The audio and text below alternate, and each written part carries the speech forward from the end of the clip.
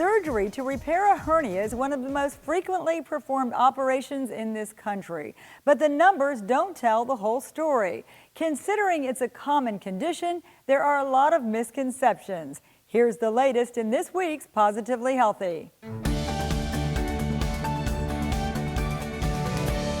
We all know someone who's had a hernia. Maybe we've had one ourselves. The way people talk about them might give you the wrong impression. It used to be thought hernias were the result of strenuous activity, but doctors know better. The old thinking was that it was smokers, people with chronic coughing, heavy lifting, and obesity. But it's turning out that as we study it more and more, that it's probably mostly going to be genetic.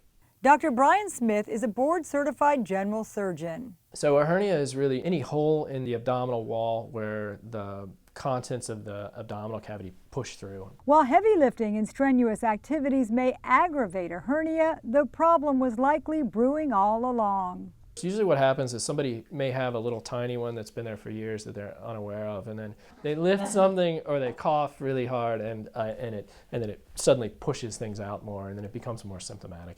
Another misconception is that wrapping the abdomen may protect you from further or future damage. Binders may be recommended, but only for specific uses. Sometimes on the incisional hernias and things like that, but that's really to cut down on the swelling. It doesn't really prevent. If the hernia is going to tear and recur, it'll do that anyway.